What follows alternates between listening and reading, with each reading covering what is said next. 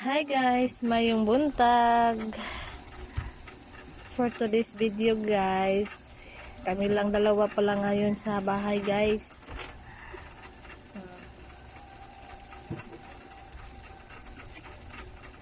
Panoorin nyo guys ang anak kong maliit.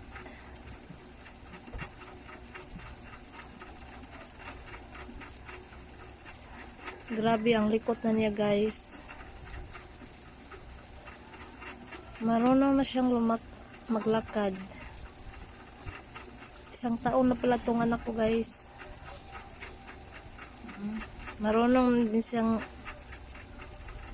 kumatkat guys. Ganyan ang routine niya every morning guys.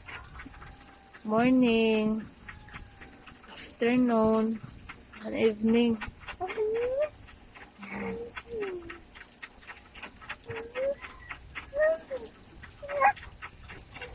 Kabaw po na siya manaog.